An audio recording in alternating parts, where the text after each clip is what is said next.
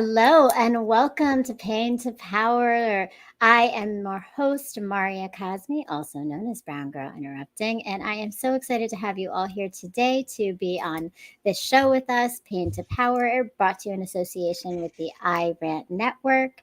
And as we're getting into my guest today, which I am so excited to introduce to you, I was thinking about this idea of storytelling and just reading on how people use stories to make sense of what they see and they experience. And a lot of times this leads us to tell simplistic stories or maybe just consider one side of a story.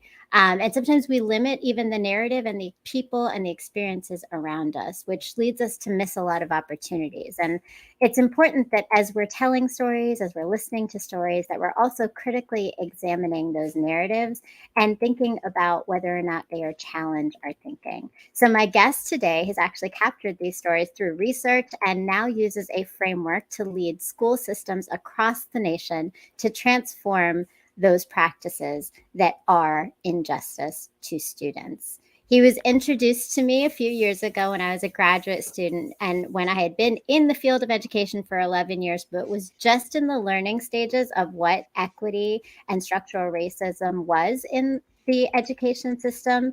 But I was also introduced to his writing and storytelling through scenarios that captured stories highlighting the ways that injustice shows up in our school system.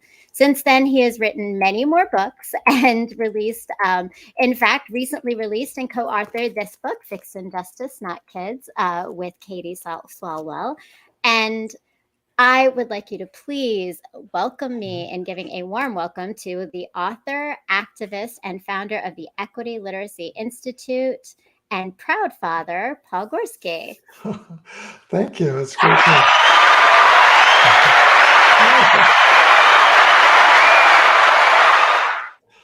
It's the best applause I ever had. That's awesome. Well, here we're here to encourage and the enthusiasm in this space. So welcome. It's awesome to have you here today, Paul. How are you doing this evening? I'm doing great. Happy to be here chatting with you and looking forward to our conversation. I love it. It's great. And I see we've got some folks in the chat. And Ramirez, welcome. I think we are going to have quite a few folks joining us today, hopefully. Very excited to hear the Paul Gorski speaking on things. I'm not kidding. I really have been like following your work and have heard your name since I started this journey of equity. So this is really an honor for me to have you here. And we are going to be talking about really more your personal story, but just to give everybody a sense, because we have some educators in the audience, but we have some non-educators. Can you share a little bit about just who you are, what you do, and your role in this work that you're doing? Sure. I've played a lot of different roles in education, from being a professor to working briefly in the equity office of a school district. But now what I do is run an organization called the Equity Literacy Institute. Basically, it's an organization that supports transformative equity and justice work in schools and school districts. So I work with an amazing team of people, and we do a lot of professional development and other kinds of anti-racism work, anti-sexism work, anti-ableism work, all kinds of equity and justice work. That's wonderful. Thank you. And we're going to get into more of what you're doing and what that impact has been and what that transformative work is. But before we do, today's, I've asked you on here to talk about your story of pain to power. But when you think about that, when you think about this idea of turning pain into power, what has that meant for you? Well, in my own life, I think of it in my own roles and my own life. I think of it as working through various kinds of traumas and challenges, and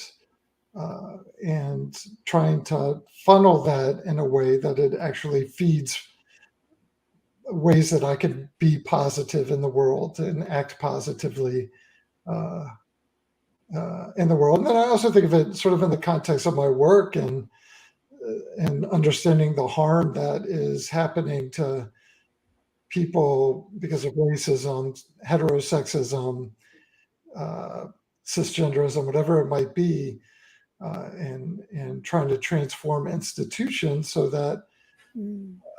so that people's power and voices can be honored and respected. It's a powerful thing to transform systems in that pain to power journey. So there's one thing to do it for an individual and for ourselves personally, but to do it and actually change other people's opportunities and experiences is really big. So like in that, I mean, what was your childhood like? Tell me a little bit about just where you grew up and what that experience was like for you. Well, I grew up in Sterling, Virginia, which is part of Loudoun County, outside of DC is the Virginia. Well, because you're familiar with that area, but it's in the DC suburbs, Washington DC suburbs. I grew up in sort of the child of white flighters. We lived in several different neighborhoods within Sterling, but moving further out and out and out. And, often it seemed like that sort of followed the trend of people of color moving into neighborhoods. I didn't see that happening as a child. I didn't recognize that, but I see it now. But I grew up, in neighborhoods that were becoming more diverse. I grew up, maybe interestingly, in a family that, looking back, was pretty conservative, which was interesting because I just never connected with the sort of set of ideologies that I think I was being fed. Mm. So yeah, and I grew up with a lot of interest in issues like racism and that sort of thing, but never with any sort of outlet to learn more about it, or I didn't know how to go about doing that really till I got to college. And Oh, also so also as a white person, I didn't really need, I mean, that's part of the privilege, right? I didn't really need to learn about it in a sense because it wasn't directly harming me, at least in a direct way. right. So, and I want to go into that definitely in terms of understanding just your journey, but also thinking about, but there are things that you've experienced that has led you in a personal way also to this work. So you talked about just, growing up with a conservative family. At what points and like, how did you know that you didn't necessarily align with the same ideologies of what you were being raised in? Like, what were those moments for you like? Yeah, I could just remember, mostly what I remember is my father saying things that I knew were um, prejudiced or biased, and just knowing, even as a very young child, just having a sense that he was wrong. And I think part of that was just having a very active sense of empathy and compassion. And Mm. so the negativity just always hit me the wrong way. Mm. Um, so, it was about that. And, also sort of being socialized to, take on this kind of hyper masculine identity and that sort of thing. That didn't come so much from home, but it definitely came from the community and from coaches and that sort of thing. And I was just never comfortable with it. I just never, and to this day, to be honest, I don't feel the people I feel least comfortable around are super hyper masculine men, that sort of toxic masculinity. I just Mm. find that horribly uncomfortable and to be around. So, um, so I think I was looking for something, some other path from a very young age. Yeah. And so, I mean, within that, did school help or support that process, or was it more hindering for you in that process of what you're searching for? I think there were certain teachers who helped. I would not say school helped. I don't remember. I don't remember ever having a conversation about any of those sorts of things in school, except for in a couple of classrooms where teachers would, regularly talk about those sorts of things. I can remember an eighth grade English teacher, Ms. Cap, I believe her name was. And on the first day of class, she'd hand out our literature textbooks. I think it was eighth grade. It was maybe seventh grade. Hand out our literature books, language arts teacher, actually, she was. And on the first day of class, the whole conversation was everyone turn to the table of contents and let's talk about who is and isn't represented. In fact, I think that's pretty much the only thing I remember from eighth grade that I learned in eighth grade was that. But that planted a seed. It really gave me a sense that there was a whole different way to look at the world. I could look at it both as what I was learning and what I wasn't learning. Yeah. That's powerful, and it's a rare thing. I would think back then, just thinking of how this school system has been, right? That's not necessarily the stance that a lot of teachers take, and so in what was your outside of that, outside of the fact that being in a more conservative family and being in a very a less diverse school itself, but also just the socialization of school, you're saying, right, that there was limited diversity in anything that you were reading about, or any examples of really other people of color in that content. But how about just in general, your experience of school, just as as an individual? What was that like for you? That's a really interesting question. I guess I'd never thought about it in such a broad way. But I would say generally, my experience of school was sort of something I had to do every day. I mean, I remember enjoying going to school because my friends were there. But I would say I never felt particularly connected. And I would also say I worked really hard to try to behave as though I felt connected, even when I didn't feel very connected. Mm. In school, I was kind of the awkward, artsy guy. I mean, on the one hand, I was an athlete, so some people might have seen me as fitting in there, but more the heart of who I was like a poet. So I think I got the senior superlative, most creative, which now I think is the best senior superlative you could get. But at Yeah, the it's pretty time, good. I was horrified by it. But I connected to the other more artsy kids. That's who I really connected with.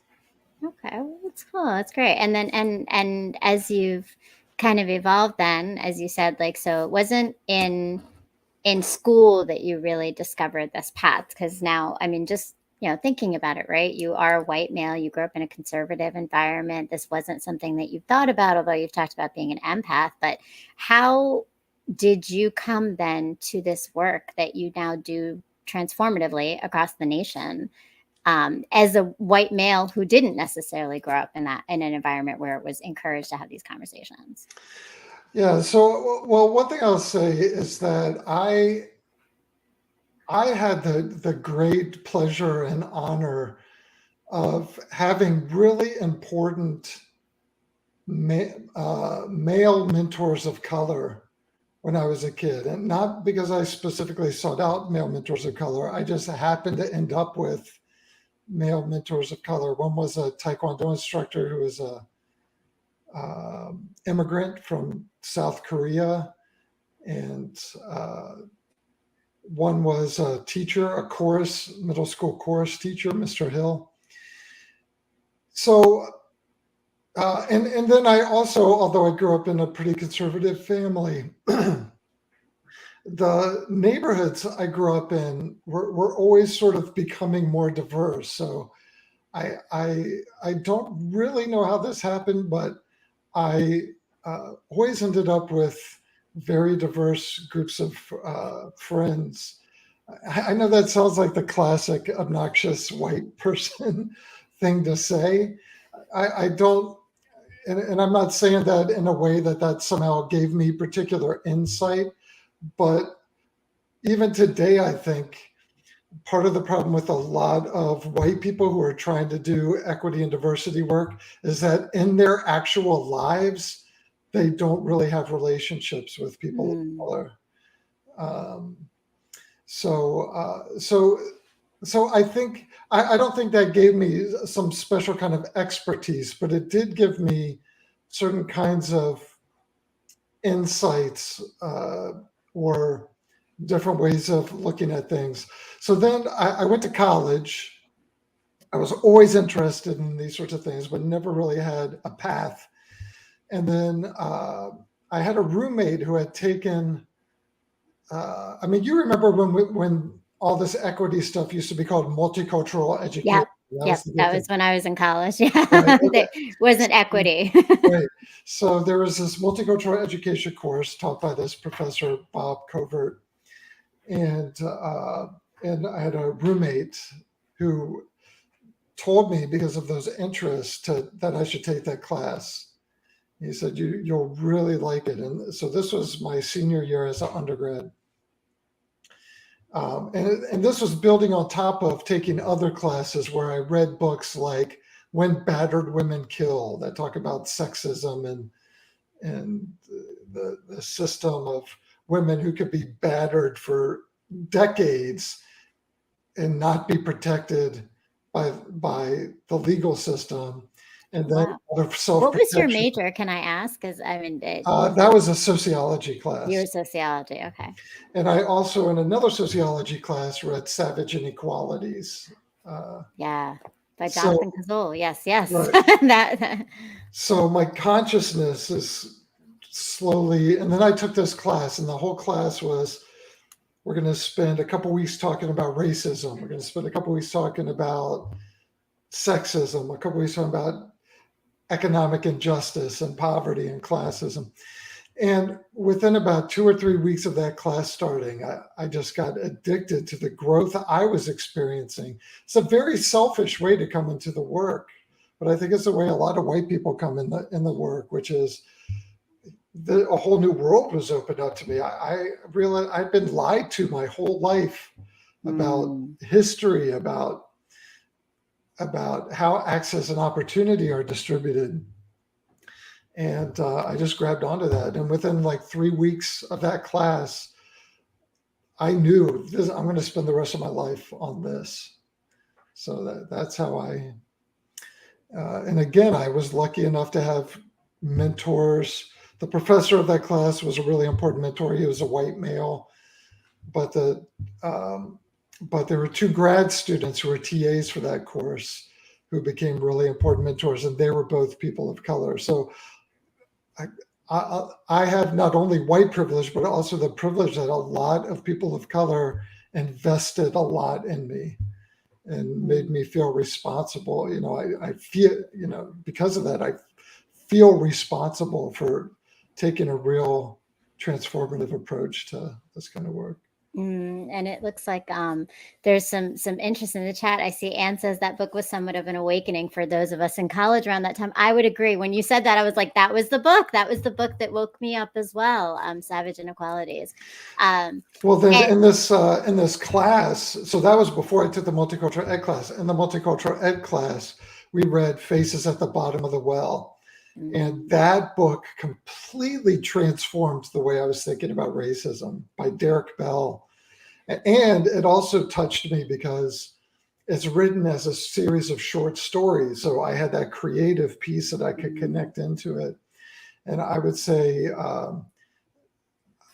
the Kozel book and Why Battered Women Kill sort of set a foundation, but then in this in these sorts of multicultural classes, reading Faces at the Bottom of the Well and reading Borderlands by Gloria Anzaldúa, those books knocked me on my ass. Am I allowed to say ass on you here? could yeah, Sure. you can say Okay. it's fine.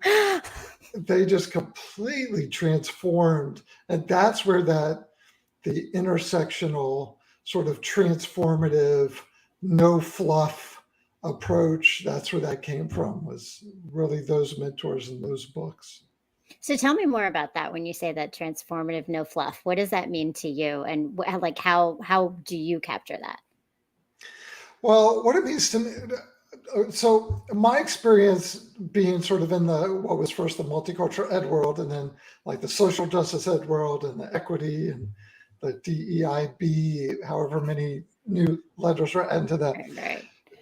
The what I've learned in that world is that in most, not just schools, but nonprofits, other kinds of organizations, mostly the problem is not that those organizations aren't doing something when it comes to diversity, equity, and inclusion.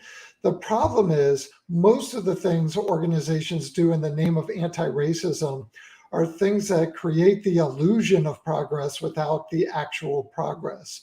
So there's a lot of celebrating diversity. There's a lot of cultural exchange. And it's not that these things aren't important.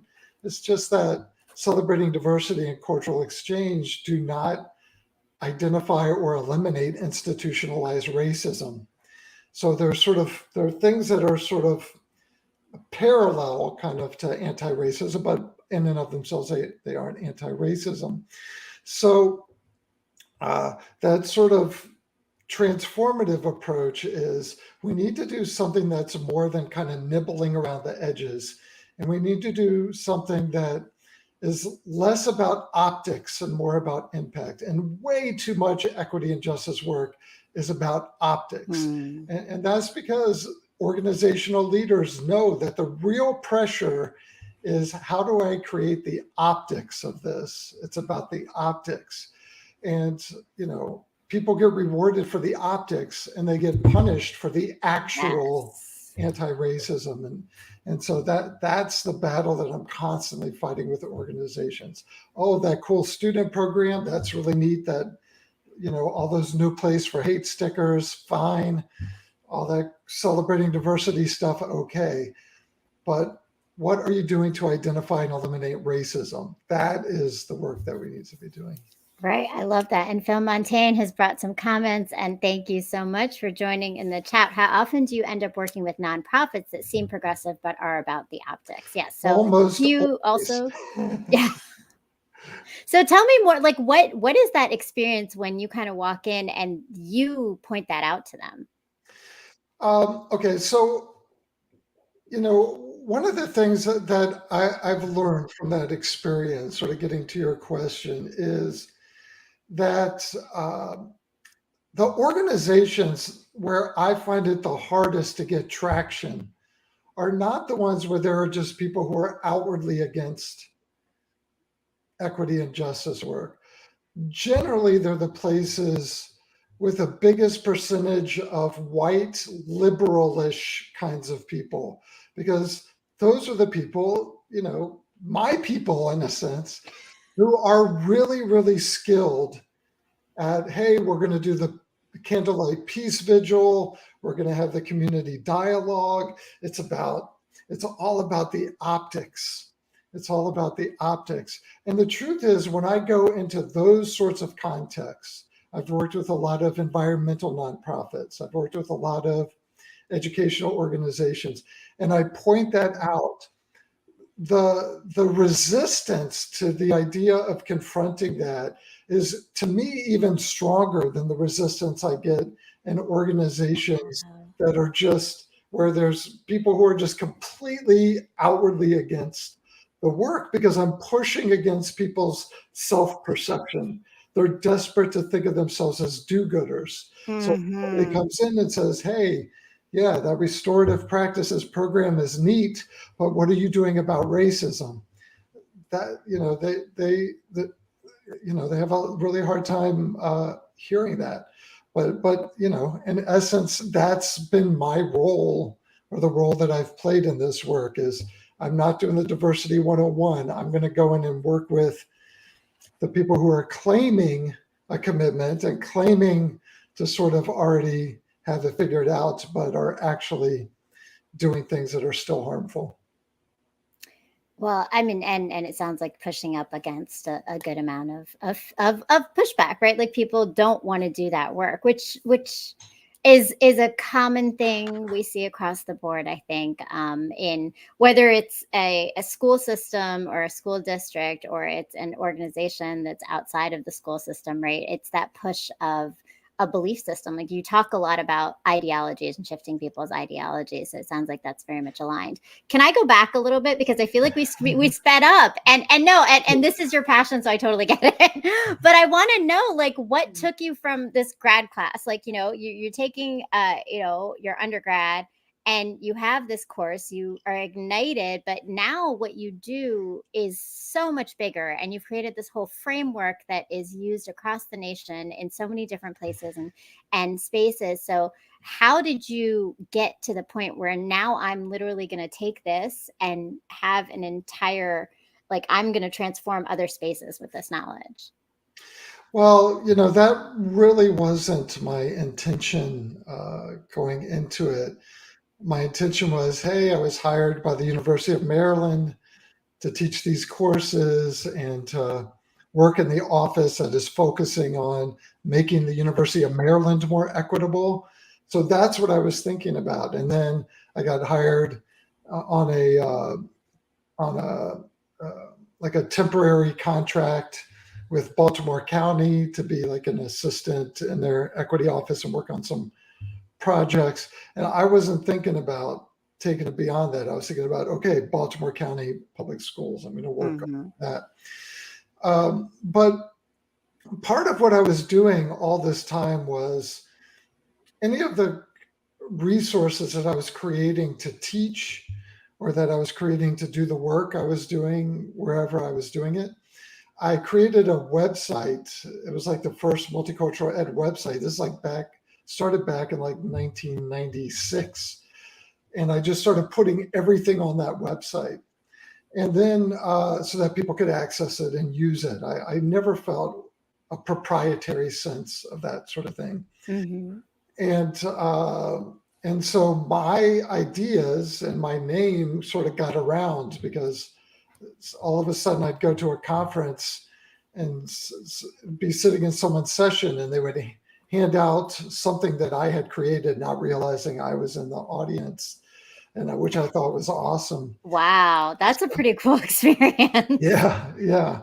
So, um, so it wasn't really intentional. What happened was people just started calling me, hey, can you come do a workshop? Or we're really interested in this idea, but we need help with it. Can you come, help us? And so it just kind of started like that. And that's when I started to realize, okay, I can have more influence than just one organization at a time. Mm. And so is that where the equity literacy framework was kind of born through then? Were those documents, the equity literacy framework, you had kind of been building all this time? Yeah, I think they all fed into it. They all sort of fed into it. And the Equity Literacy Institute came after about 20 years of doing the work. And it sort of, in a way, it came from one, having a sense after doing this work for a long time about what were the sorts of things that organizations that were putting a lot of resources into equity were, but not making any progress. The things to avoid, we ended up calling those the equity detours. And Right, then right. what are the things that organizations that are making progress, what are they doing that other organizations aren't doing? Mm. And not in terms of strategies, but in terms of a philosophy and the values and principles they were embracing. So that became the principles of equity literacy. So it's something that sort of grew over time, and then we had this sort of set of principles, and we needed a framework for it. So that came from Katie Swalwell and I working together and calling it Right, equity who's your literacy. co-author of your book. Yes, Yes. and there were But these. we got to make sure everybody goes and gets the book. But so as as you did this work, right? You talked. I want to kind of unpack this because you mentioned it, and I think it's an interesting conversation. I was actually just having this conversation with someone today. This work is often framed as diversity, equity, inclusion, and in your book, you actually talk about how equity is kind of sandwiched between these softer terms. Tell me, like, your thoughts on that whole concept of DEI. And do you think it's problematic? Like you mention it and you've talked about it. So do you feel that it's problematic or it's just limiting?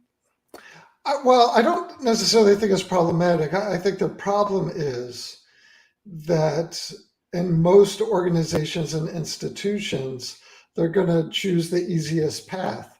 So if it's easier to do some fluffy version of celebrating diversity, we can still call it equity so that it's the optics of the equity. And I'm sure you've seen this. I mean, I've worked with a lot of schools and districts who have these grand statements that they call equity statements, but they're not equity statements. They're diversity and Right. inclusion statements. They're Yeah. like, we will appreciate everybody's differences and everyone, Everyone belongs. And yes. Yeah. everyone Yeah. belongs. And good, that's good. We're not saying we should throw that out. But again, in the end, equity work is identify the racism or the sexism or the heterosexism, or Mhm. identify the racism, eliminate the racism, actively cultivate anti-racism. And diversity and inclusion don't do that, not by themselves. They don't do that. But then there's also that there are fluffier versions of like, if inclusion is how do we take a curriculum and make it a little less racist? To me, that's not really equity. That's optics, or Mhm. and so what we want to do is put equity and justice in the center because we don't want to give people the option of, hey, if we all can just learn to focus on our similarities rather than our strengths, then racism will just disappear. So I like that framing. Like I hadn't thought about it like that, but that's true. I guess then it's when you have all three terms and that's what everybody's putting in front of you and your options are to focus on one. It's always the one that's going to be easier and less to sacrifice, less to change, less comfortable, more comfortable because what we definitely know is inequity lies in that our comfort oftentimes. So with that, in this work, you're a white man. You now have done all this work, but true. I'm just curious to know. And I see we have a question in the chat. He says, "Don't know Paul personally, but I get that he doesn't like fluff." Yes, and thank you, Anne. And actually, I just met Anne this summer in Denver at an Unbound Ed Institute. She was one of our participants. So I'm really excited to have you here, Anne, and sharing. And Paul, we used your materials in the institute, which was pretty amazing. But I would like to know and it's less disruptive, yeah. As a white man, how have you recognized but also leveraged your privilege in this work? That's a great question. And I think it's something that among those of us who do this work that we need to talk about more, which is that even in the context of anti-racism work, white advantage is operating. Even in the context of anti-sexism work, there's sort of male privilege is kind of operating. One of the ways it's operating is that I can have this very direct approach. There might be people watching this, or might be white people watching this who, if you were making the exact same points I'm making, would hear them completely differently. And we see that a lot in our work. I mean, most of the people on my team are women of color, and we see that all the time where Marceline or Tahari or whoever will make an argument very direct because that's our model. And they'll just be seen very differently. But nobody has ever looked at me and thought, "Oh, that Gorski is militant," or "Why Mm. are you so angry?" Which might also have something to do with my monotone voice. I But have, I think what you lift is a really important point, though, yeah, of the positionality that you have in being a white absolutely. man doing this work. But then is that something, though, because I also think like it's an, and just thinking about educators, and I know we have a lot of educators in our audience who are going to be watching this and learning from you, but there's that privilege that allows you to, you have to recognize it.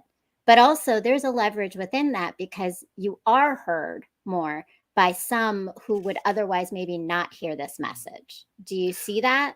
Absolutely. And it's really important that I say that when I see it happening, that because often what happens is that there are people within these organizations who are naming this stuff all the time, every day, and getting punished for naming it. And then, oh, let's bring Gorski in and to say the same thing they've been saying. For instance, people of color, women of color have been saying, maybe for generations. And let's bring So, Gorski Paul, in. Yeah. I'm sorry. I don't know if it's my reception or it's yours, but I was not able to hear anything that just was said. Oh yeah, Are you able to hear me okay? you're freezing a little bit. Yeah, it's coming in and out. I don't know what's going on there. Yeah. Should I Okay, repeat? I think we're back. We're back. I'm so sorry. If you wouldn't mind just sharing that again, because I didn't even hear your answer. It was just kind of like warbly the whole time. Oh, one thing that I often have to point out to organizations is that often when they're bringing me in, the expertise that I have already exists in the organization, often within people Mm, of color in the organization, and uh, often generations, literally, it could be generations of people have been saying the thing that I'm coming in and saying, and often being punished for saying it. Getting mm, side eye from colleagues, being pushed to the margins of institutional culture.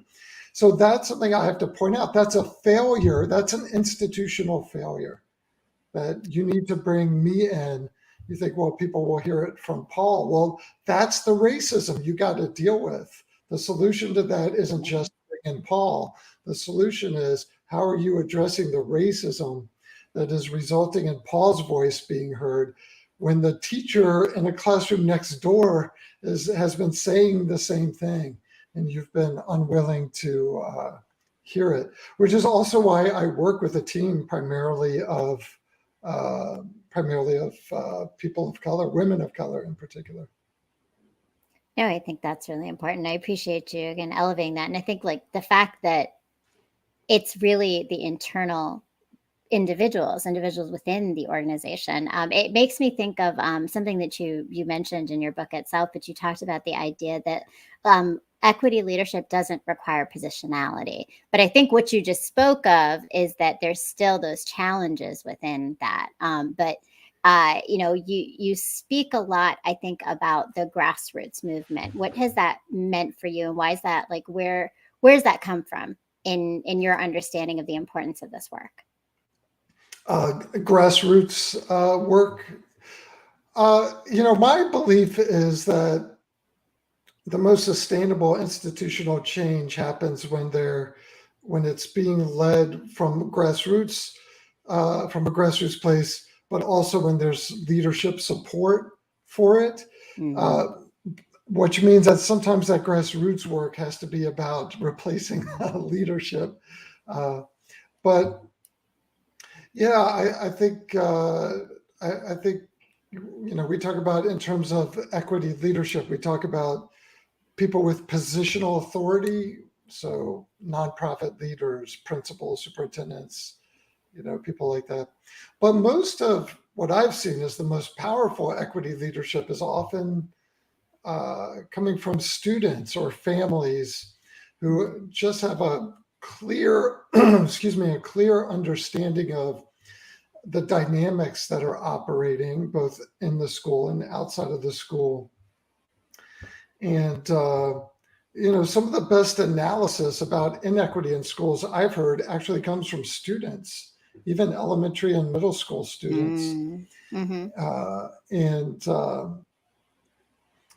and it's such an opportunity to work with youth to help them get some experience, that they need change. But again, the change should be driven by, and this is a big mistake a lot of organizations make too. The change should be driven by the people with the most knowledge about what change needs to happen and why it needs to happen Yes.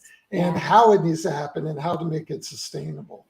That's where the change ought to be driven by. And most organizations, often the change is driven by the pace of the change is driven by the feelings of the people who don't want the change to happen at all. You know, Mm. so yeah, I see Anne's mentioning tap Yeah. into students and families. The key to that, though, is if we're going to tap into students and families, then we have to be willing to create whatever change they are demanding, not sort of picking the lowest hanging fruit, which is what often happens, and not thinking that simply by inviting some students to have a dialogue about, or a focus group, that is going to somehow magically create the change. Tapping into students and families, that's what prepares us, informs us about the change. Then the Mm-hmm. people with the power to create the change have to create the actual change. So true, right? And I think that's sometimes where we lose the confidence and the trust from students and families is when those changes aren't actually implemented. I've definitely seen that quite a bit in spaces and places. Yeah, there's that no fluff. Yeah, there's no fluff. But I think also a point to make is like it's not just tapping into students, but it's like which students and families and how are we doing it, and are we doing all those practices and processes without doing it from our comfort level, but rather the needs and actual like ways that are going to be effective and inclusive of our students and families. So in thinking about that, and working with students, are there things that you've heard that have even like changed your understanding of things? Like, was there something that you've heard from students or from families that Oh, had like awakened you to something that you didn't actually see before it was pointed out? absolutely. I mean that, and we tell a lot of stories in the book about moments like that. For instance, I was working in a middle school in St. Paul, Minnesota, and um, I was visiting a friend's class, and it just so happened that the very next day, the school was doing like a mix it up at lunch kind of thing.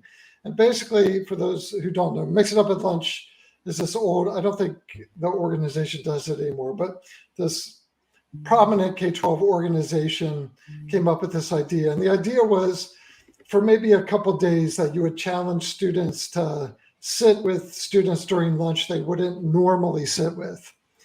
And Mm. although often race wasn't named, the implication is we're going to racially integrate the cafeteria for a couple of days. So they were going to do that the next day. I had nothing to do with that. It just happened to be the next day after I was there. So I'm talking with a few of the students, and again, these are middle school students, seventh and eighth graders. And I asked them, well, what do you all think about this mix it up at lunch thing that's happening tomorrow? And I remember, and the students were, all three of them were students of color. And one of them said, well, they're forcing us to sit with the kids who don't like us. That was the interpretation. Another student said, well, I think it's racist. And I said, well, what do you mean? How do you think it's racist? And basically the response was, in essence, I don't really need to sit with white kids to learn about race at this school, Mm. And then the other student said, the thing that I thought was really just a spot on analysis. The other students, she said, I think mix it up at lunch is for white people. And she was 100% correct. Mix it up at lunch Discomfort, right? is the kind of program that's about how do we give white kids a soft landing spot to learn, not to learn about racism and anti-racism, but to experience diversity. and that's so much what happens with these diversity things. It's we're going to exploit the emotional labor of children of color so white kids can learn, again, not about racism and anti-racism, but about what it's like to be in diversity. You know, there's so many experiences like that. Well, it's powerful. I think they really explain how they feel like they're kind of just pawns in a process, right? And and the impact that has again on trust of the adults in their building and the way things are done. Um, so I appreciate you sharing that. So, what did you actually talk to the school about that? Like, did you share what they said to what the students said with them? I did, but again, it was sort of one of those situations that usually the argument I get back is, well, isn't celebrating diversity a step toward equity? And Mm, I always say, you need to understand celebrating diversity as something that's happening parallel to equity. Every step toward equity identifies and eliminates inequity. Mix it up at lunch does not do that. There's nothing about that that identifies how racism is operating and eliminate. There's nothing about it that's a threat to the existence of racism. Everything you do in the name of equity should be a threat to the existence of inequity. And it takes a while because people, and I think maybe especially white people, they love those sorts of things because again, it feels like we're doing something important, and some of those kinds of things can be important and positive. Not mix it up at lunch, but some kinds of celebrating right. diversity, I think, can be.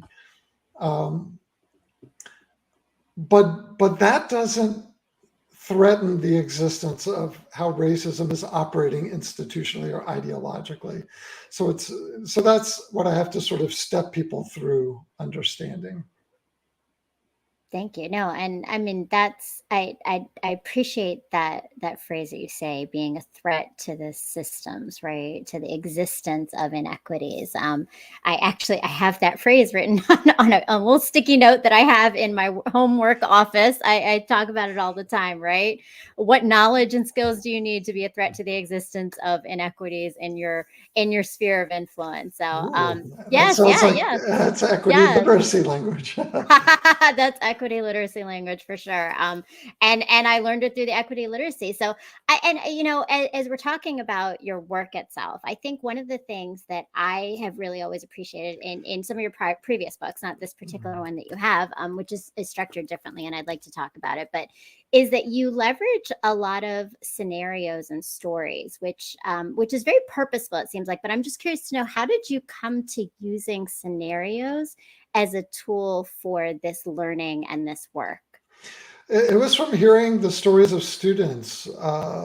One of the kinds of work that I've done a lot of, and my organization has done a lot of, is like equity assessment, where an organization will invite us in and and so we're there to answer the question: to what extent is this an equitable and just environment for everybody?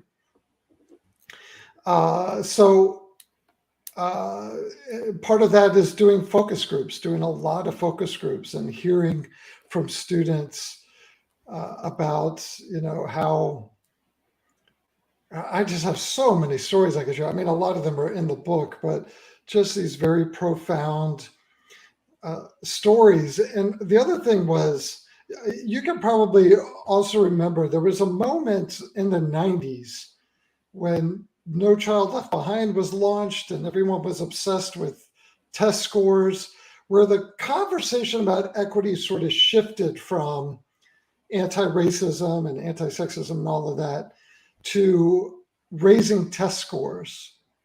Mm, mhm. And excuse me, and the problem with that was always that even if you do achieve some sort of general parity in outcomes, that doesn't mean that people's experiences in your organization are equitable and just. I go into a nonprofit and they say, well, look, we hired a Black director. And I say, yeah, but your Black director experiences racism every day when they come to the office. Look at all of the principals of color, superintendents of color who are being literally driven out of school districts uh, because they're being attacked. So and then it's the same with even grades or test scores. So trying to get people to focus back, outcomes is one measure, but experiences is just as important a measure. Mm. And the way you describe that is telling stories. So and we found that if we went in and shared a scenario about some harm that's being done, that, you know, as a starting point, sometimes people like to practice identifying how inequity is operating through something like that. And then we could translate it and say, okay, well, how is that harm also happening in your environment? Hmm. So, Well, and yeah. I mean, it's a great tool in that way. I think in that it's just that it's a great way to leverage how adult learners actually learn, right? We need that modeling. We need to see it outside of context and then use it within the context to actually apply some of that experiences to what they're seeing in their actual school and their spaces, Yeah. which is huge. So I'd love to talk a little bit more about your book itself. So this recently came out. Tell me a little bit about the structure of this book and what people will find when they pick up Fixing Justice, Not Kids. Well, they'll definitely find a lot of these stories, things we've heard from students and focus groups and things we've observed happening in schools, stories that helped us grow in our own consciousness. But I think what distinguishes the book is also kind of what distinguishes, in some ways, my approach, which is a lot of popular equity leadership books are sort of about strategies. Like, here's how to put together an equity team. And here's, it's sort of about leadership strategies. And those are really important books. But what we thought was missing is that if you take somebody who's not ideologically ready to put equity into practice and you give them some strategies, the strategies are not going to be sustainable and they're not going to be successful. And because what we often come up against is ideological blockages or institutional blockages, we wanted to write a book that was more about a set of principles or values that are critical in terms of informing the way that we go about equity work. Mm. So the heart of the book are 6 of these principles uh, that are sort of in essence, that make up the equity literacy framework. And the title of the book is one of those principles: Fix Injustice, Not Kids. Right. No, and I like that you say that, like the ideological shift is the big piece because it is the missing thing. We often, and it goes back to like kind of Band-Aid, like we don't do the root cause analysis before we actually start resolving things, not knowing and understanding that maybe it's the mental models, right? Maybe it's the beliefs that the individuals hold, not just changing it to a program or an activity or adopting a new way of doing things. So in that and in thinking about that and thinking about the book itself, a lot of times schools and leaders will pick up a book and they're like, this is going to be our book study, right? But I often think that book study stays at like a performative level of just a study, right? What do you see? Because I'm certain that there are going to be a lot of educators who are going to pick up your book and be like, this is going to be our book study, right? How would you suggest that leaders and educators actually utilize this as a way to take it beyond the book study?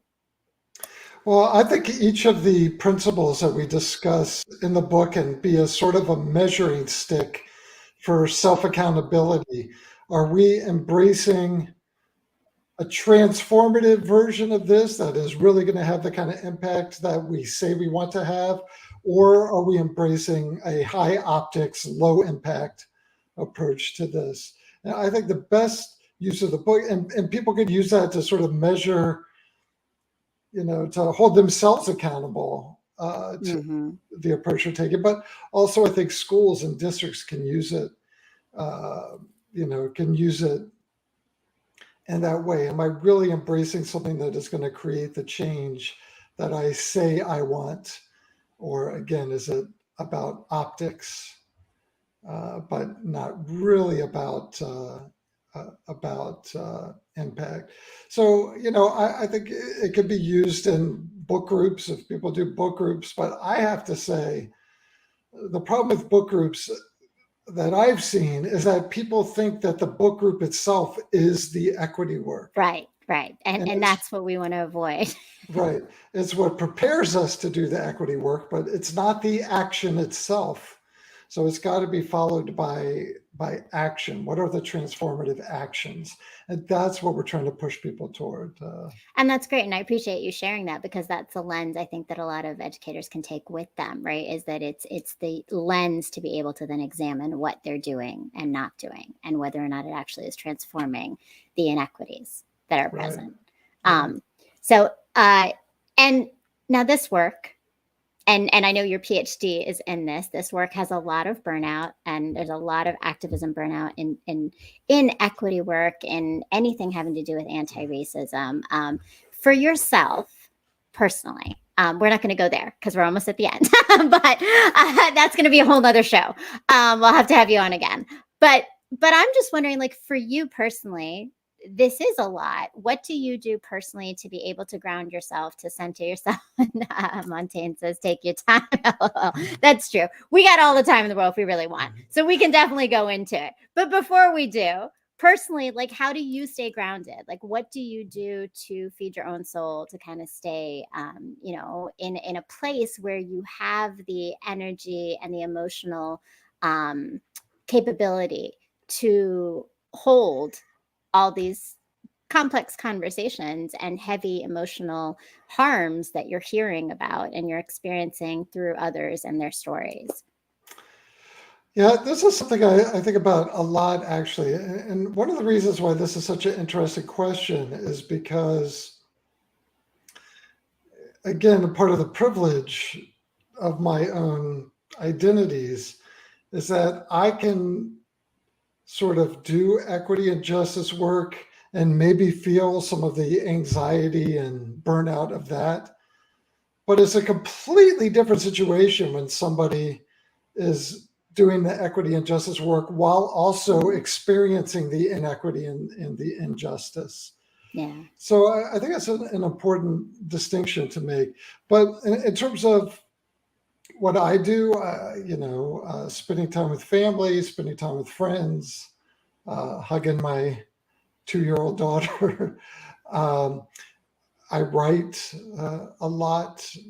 The creative writing is a good outlet for that sort of thing, But I think the main thing is for me being in community with, people like you, or people who can process with a little bit. And I think one of the big challenges is in the sort of circle of equity and justice people, there can sometimes be almost like a competition, almost like burnout is a rite of passage. And if you don't exhaust yourself, then you're not committed enough, which is a very short-sighted way of looking at the work, because what ends up happening is people burn out, and some of them are so harmed that they cannot come back to the movement, or their energy has to all go into surviving themselves. So my argument has always been we need to build into the communities of people doing this work supports, so that people don't have to go outside of the movement to find some support, to try to recover from part of harm they're experiencing because of the way that the expectations people have of one another inside the movement, which are completely unreasonable, Hmm. for the most part. I mean, that's an interesting thing to lift up, because I don't think we examine that enough, or we think about that enough. And that, I imagine, is the research that you did and what you discovered. And I mean, is there, you said community, but are there other ways that you discovered through your research that have been helpful in mitigating some of that burnout? Well, I think, the thing that I found most important probably was that a lot of the cause. So what basically the research was interviewing a bunch of people whose lives are built around, say, anti-racism work, but who at some point burned out and had to leave the movement, at least temporarily. That's Hmm. sort of the definition of burnout, is when you have to disconnect, at least temporarily.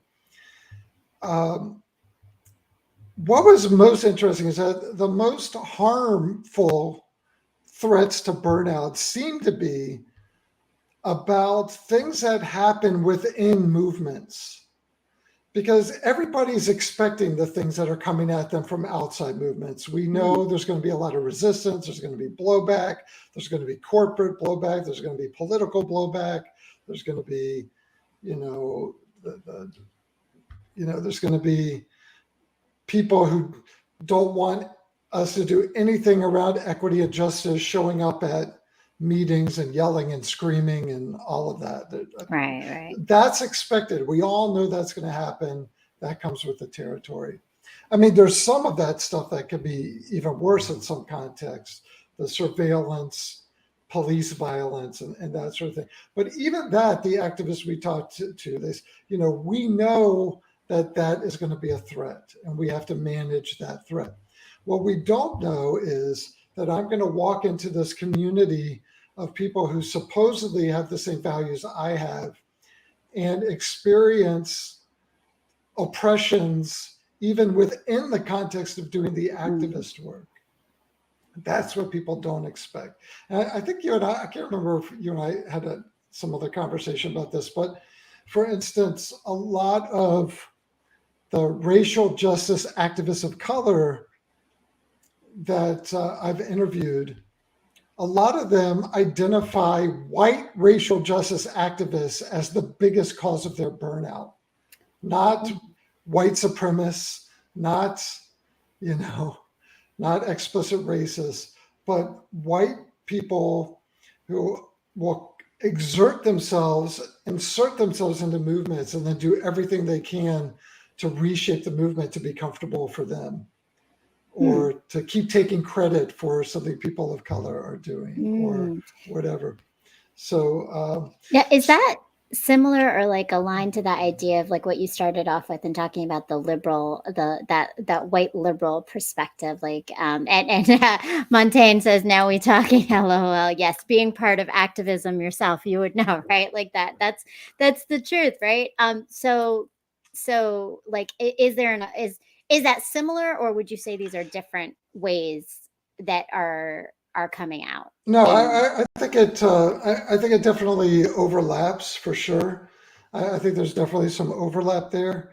Um, uh, I think part of it is, for a lot of white people who get involved in anti-racism work, they see it as sort of a hobby, something to do on weekends, a way to be around cool people. It's like a social thing, and that's a privilege of whiteness, that I don't have to have the urgency that people in my family are at threat of of being shot unarmed, and all that. Uh, and I think that definitely overlaps. The thing that we heard in these interviews over and over and over is the damage that sort of liberalish white people do to movements.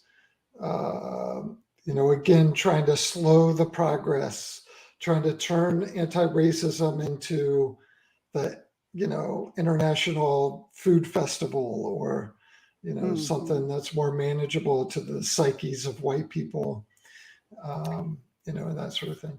No, that's very, very true. I saw Anne just threw in a comment. I wanted to elevate that if that comes a great point. Keep checking with your team, those doing the work with you. That's so true. And it just takes me back. We were in a recent event with leaders in my district, and after some affinity group conversations where it was just the Black leaders all together, they came back, and the statement they made is, we just want you to understand that your Black leaders are not okay. Hmm. Yeah, Yeah. and that is so powerful, right? And I think it connects back to everything you said, even about students holding the burden of a lot of this work too, right? Adults hold the burden of this work as people of color, and they're experiencing it on a daily basis in their personal lives. They're having to grapple with it in their loved ones' experiences and walking out the door and the safety decision, whether or not they're going to come home. And that's a very different place to be than someone of privilege being white, or I would say even Asian. I'm going to say I own my privilege as well. I know that my challenges are not the same as my Black colleagues or my Latino colleagues or my Indigenous colleagues as they are, for me. So that's huge. And so this has been an amazing conversation. Thank you so much for joining me. As we finish up, are there any final words that you have, just of what you want anybody to take away? Right, we have educators, but we have non-educators, and as you think about being a threat to the existence of inequity, what else is it that we need to know and walk away with to really make this be something that we think about and do something different with? Well, I think just continuing to ask, are we leading with optics, or are we leading with transformative action? And I do want to acknowledge that, for a lot of people doing this work, especially perhaps people of color, LGBTQ people who are already targeted, I understand that it's always a precarious time to do this work, but there's something that feels a little bit more precarious now than, say, 10 years ago.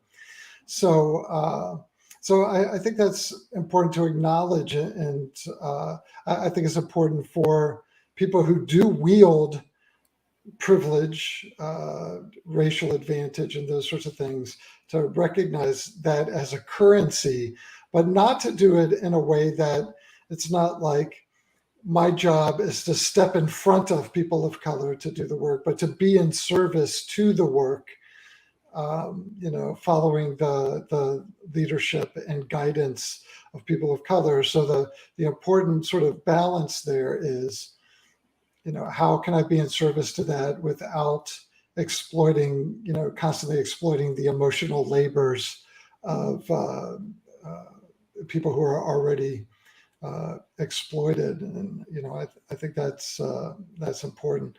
But putting it in the center, making as a goal a transformative approach, something that's really about deep institutional change.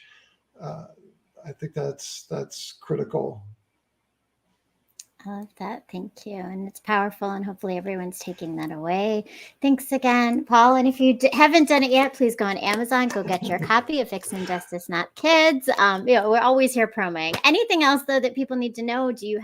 How do they get in touch with you? How do they follow you? Where do they go Oh to learn more yeah, about the Equity Literacy Institute? yeah. They can go to just Google Equity Literacy Institute or Equity Literacy. You can find me on all the various social media things. Although I hate to, anyway, talk about taking care of my well-being, Yeah. but you can find me and the other equity literacy people there. Excellent. Thank you so much. And thank you to everyone who joined us. Thank you, Anne. And thank you to our Ranters Network. Of course, my producer, Logic, amazing. Mr. Montaigne, Mr. M. being in service to the work. Welcome, Doc. Dr. Howard is here from MCPS. Welcome. Yes. And Okara, great conversation. Thank you. I see a lot of my family from Unbound Ed and MCPS are tuning in. And thank you so much to all of you for coming. And of course, to the Ranters Network for always showing up and sharing your thoughts.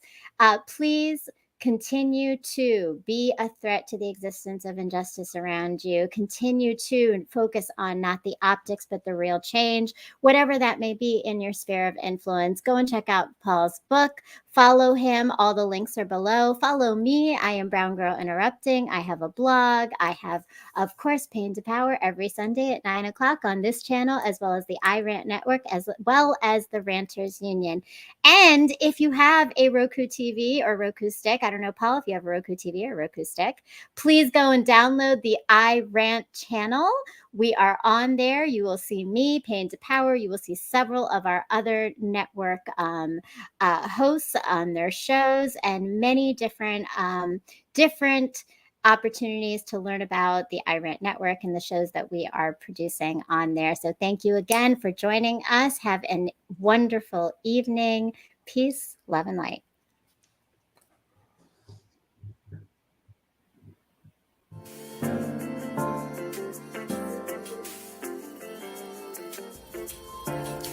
My world has slowly crumbled around me countless times, and every time I rebuild with the pieces I've been given to birth something so transformational and beautiful that no one else knew might exist before it was shown to them.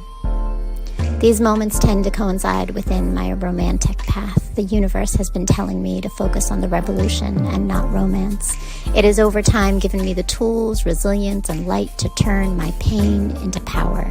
And only now do I see that the key to this always resided in the love and knowing I had in myself, not from the external sources of family or men. The message I have been avoiding might be that my time in this world I had existed in was not to receive love, but to put it out there for others to see, feel, and heal through. Revolution before romance moves pain into power.